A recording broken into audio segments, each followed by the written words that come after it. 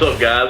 This is the Player's Handbook, and this is Dreadzone. Alright, so, I was talking to Blog from Listen While You Play the other night, and we got to talking about Dreadzone, and I was talking about how we were going to play a four-way. He was like, dude, Dreadzone.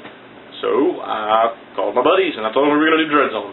So, we're going to have a four-way Dreadzone, 4 different factions. We are going to roll to see what arena we're in and everything. And then stay tuned after the battle report, because we're going to do our review on Dreadzone, let you know what we think about it, and maybe what quirks could be made, etc. Alright, so, without further ado, we're going to present Eric, who's going to roll our arena. Alright.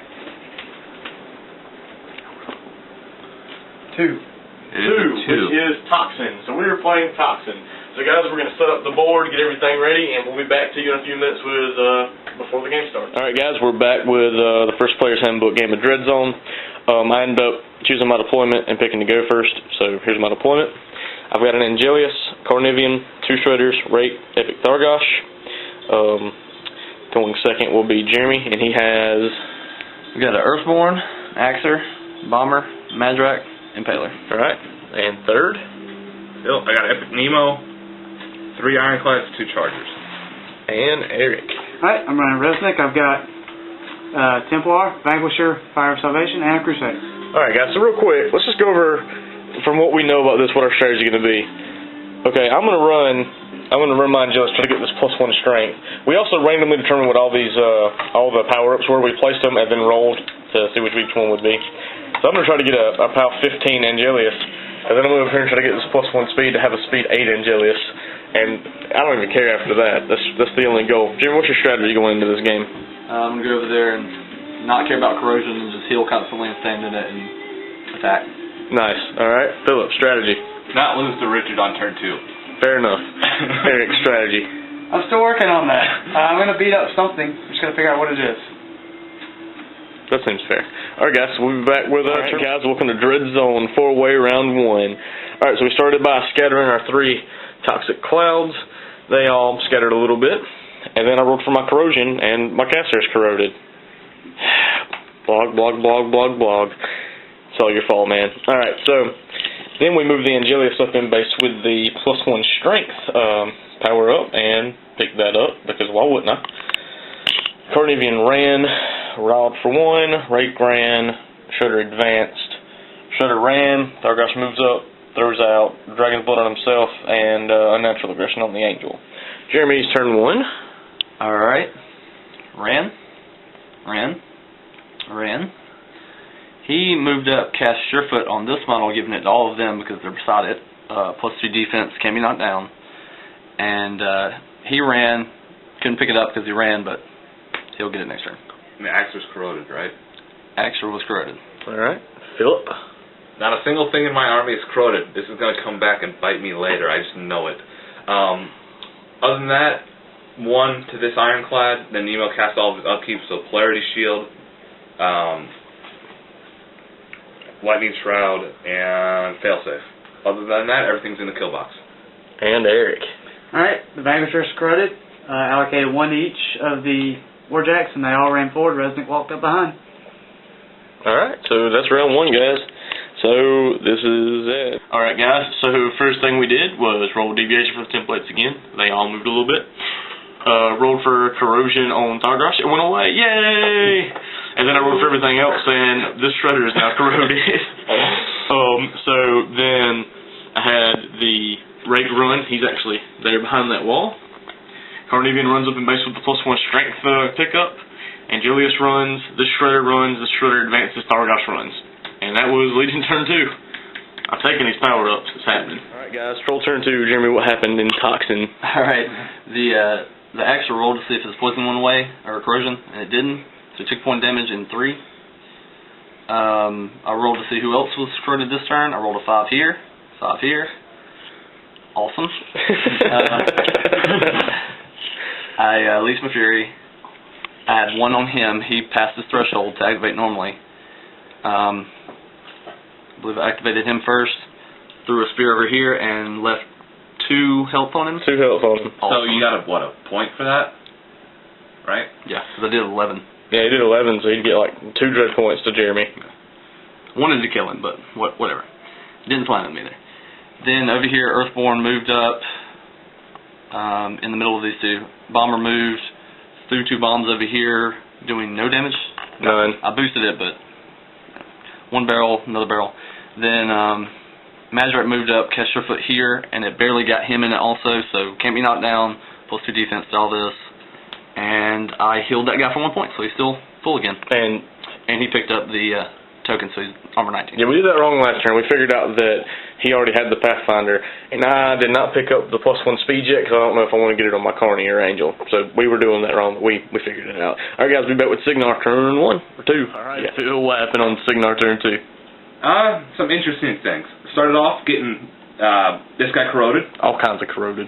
I dropped Polarity Shield, gave 1 to the Charger, and 3 to the Ironclad. Nemo cast 1 for Energize, removing everybody in his battlecloak niche. Then Charger shot, dealt 10 damage to this guy, earning me 2 dread points. I then charged with my Ironclad, getting corroded for going through the cloud, taking a pop of getting 2 damage dealt to him. Then he wailed on the bomber, leaving it with 6 health, roughly, and earning myself another whopping 4 dread points. So I've got a total of 7 dread points in a turn, but it does absolutely nothing for me. Outside of now I can win. Whatever. It was fun. I wish I'd killed the bomber. It would have been more fun. Should have slammed him, but whatever. Eric, what's up? Alright, guys, Protector. Turn 2. What happened, Eric? Alright, we rolled for corrosion on the Vanquisher, and it didn't go away. So he took a point of damage. And then rolled corrosion checks on everyone else, and Fire and the Templar both got corroded. We allocated 3 focus to the Vanquisher, and then 1 to each of the other guys. Vanquisher moved up, took a shot here, boosted the hit roll, and was able to hit both of them. Then boosted damage and did a handful of points to each of them and set them both on fire. 4 to boot. My dude's on fire, they're going to be corroded too.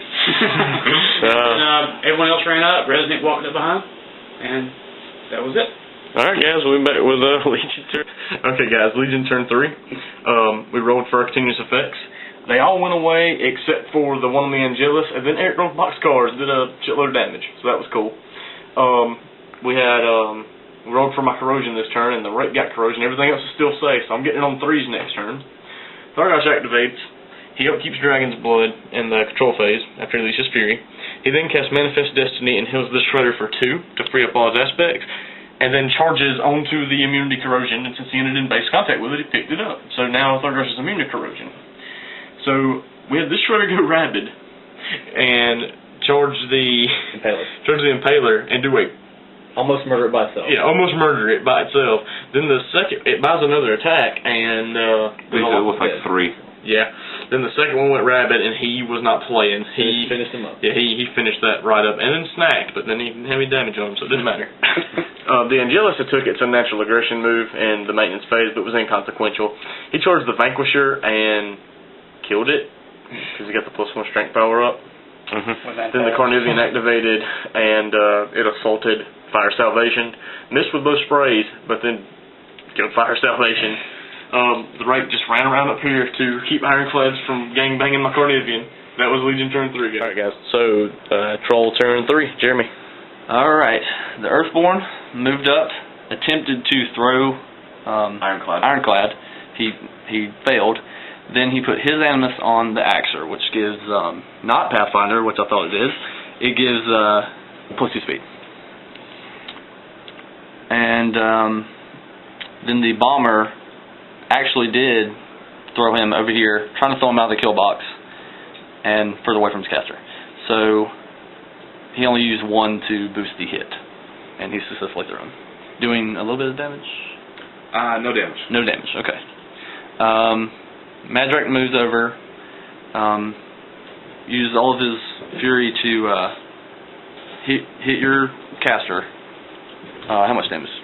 He did 2 to my caster. Okay. Then made him where he cannot transfer damage and can't be healed. And if you had tough, it would take tough away. So the Axer charges. I thought it gave him Pathfinder when I did the Earthborns, but it doesn't. And he made it over there, and he did 6. He did 6 barely, but I spawned a Harrier because I took 5 damage. And that's it. All right. Be back with Signar. Signar turn 3. All right. Corrosion didn't go out on the one Ironclad that had it, and I got it on my other 2 Ironclads.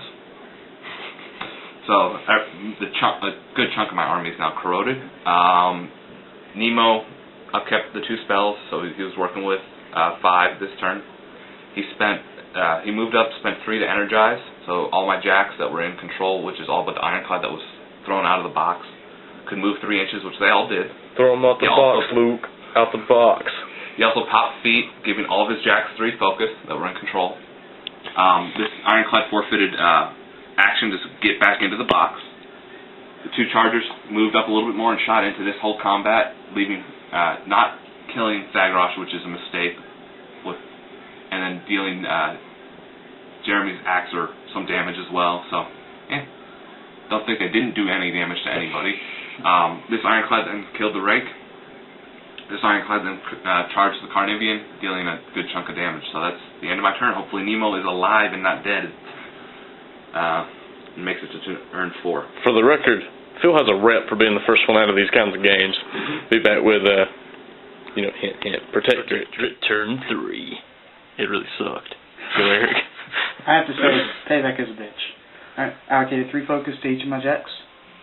The Crusader then slammed this guy into the wall. I didn't do any damage, but I knocked him down. And then bombed attack, finished off the Carnivian. One of my jacks got corroded. This one stayed corroded, so he took a point of damage. He then walked up, bought a bunch of attacks against Angelus. Got the free attack and boosted a hit. Straight damage, did some damage. Bomb attack, boosted a hit. Did just enough damage to kill him. So, he killed 2 of my beasts, 2 of my jacks, I killed 2 of his beasts. I think we're even. And then Resnick walked up. And then ended my turn. Alright, so we're coming up on to turn 4. And I just want to say, I am pissed the F off. We can turn 4. I lost a lot of beasts because everybody at this table besides me is a douche. So, I got my Fury, I got up to 7. I had to use the All-Think ability, but I got 7. I started with Shredder number 1 going rabid and walking into Madrak's back arc. And between both Shredders going rabid and 1 charge and buying another attack, they got him down to 3 health. I then had to activate Thagrosh. He stayed in melee range of the Axer but moved back a little. He cast a nasty on himself and killed the Axer because that's what he does. I'll read it. I also upcut Dragon's Blood, the Harrier flight over, and this Madrak. And Thagrosh popped his feet this turn, so they all attacked him again. He used his scroll, but it was funny because it wouldn't even kill him because he rolled it up. Nothing got corroded this turn. That's really it. The templates deviated some more. Alright guys, Troll's turn 4. Alright. Bomber. Put Nemo for 3. Yeah. And corrosion. This guy took a point. Didn't get corroded, didn't get corroded. But he moved up, threw 2 bombs over there, whatever the hell you call it. Moved around. Guys, real quick, let me just say, I do have to apologize that we are super jittery and giggly. It is currently 3:09 in the morning here, and we've been playing since 2:30 today.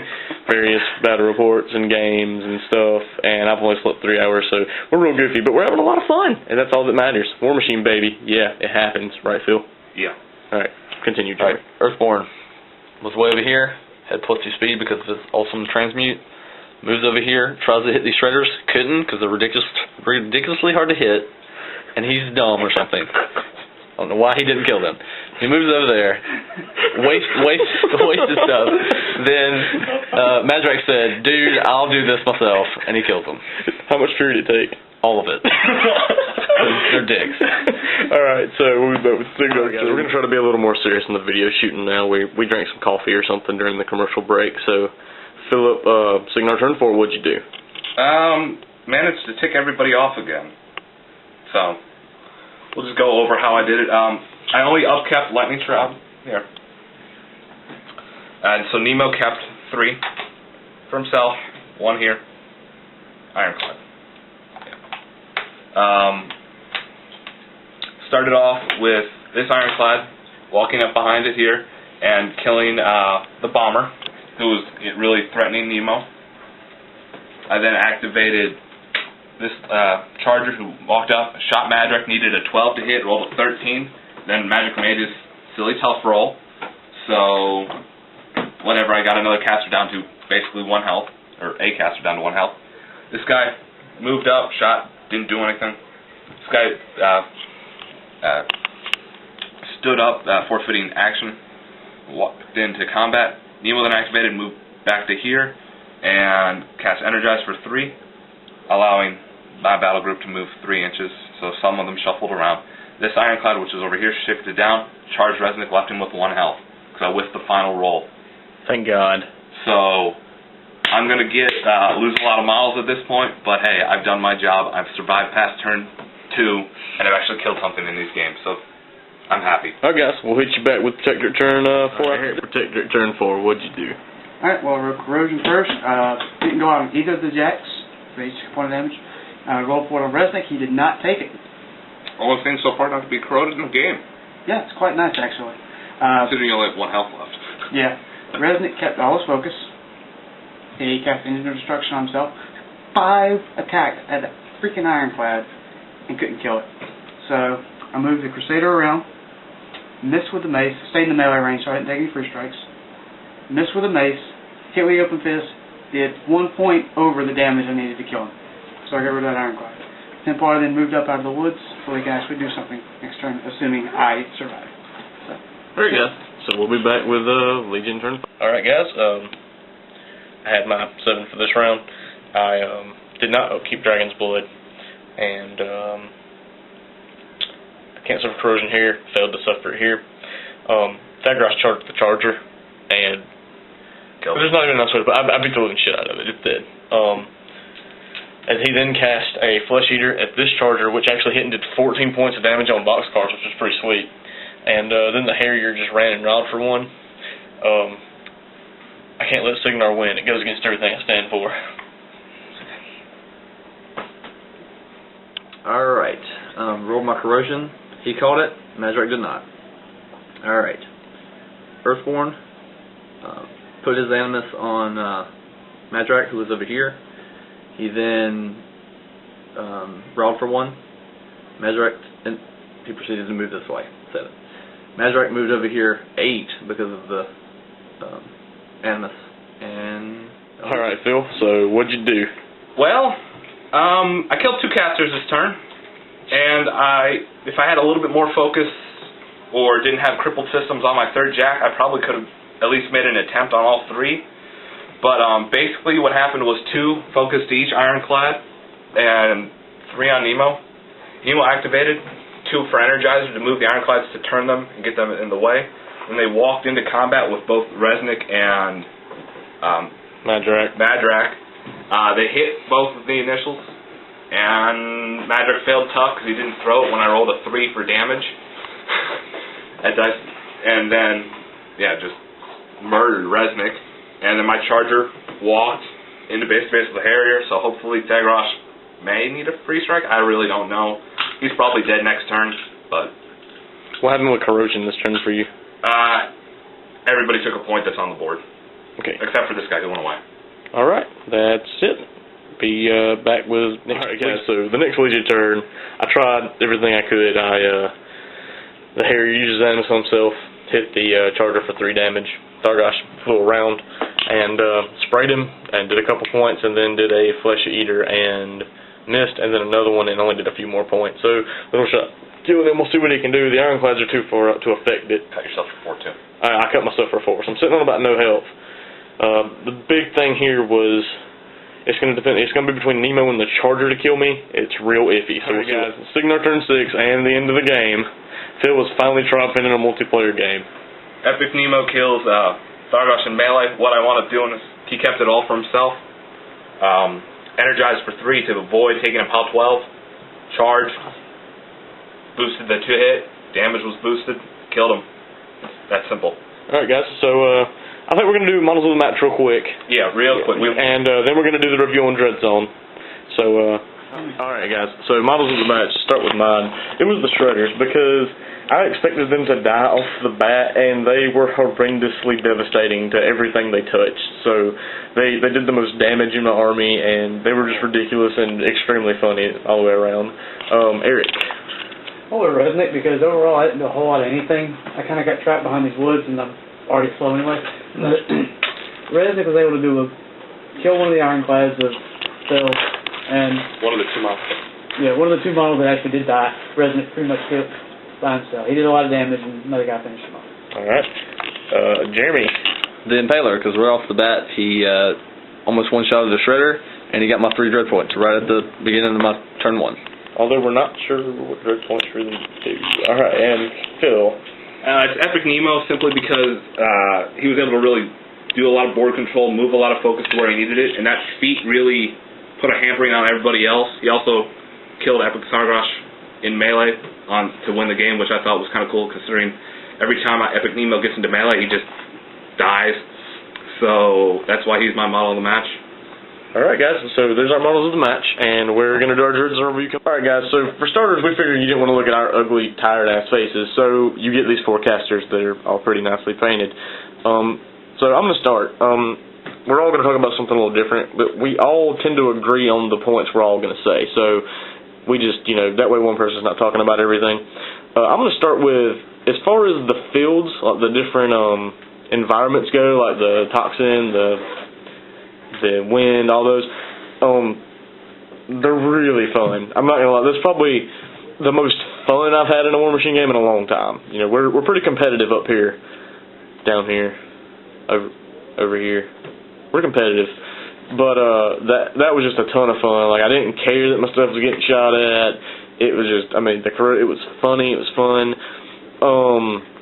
So the fields overall, I got to give a really good rating to that. You guys, Blog and Beat Freak, did a really good job making those. They're solid. I like them. The kill box is solid. I think it could even be a little smaller. Maybe a 2 foot by 2 foot, like a 24 by 24 kill box. It's forcing you to go more in the center, and then the AOE's are bouncing around more, not just kind of.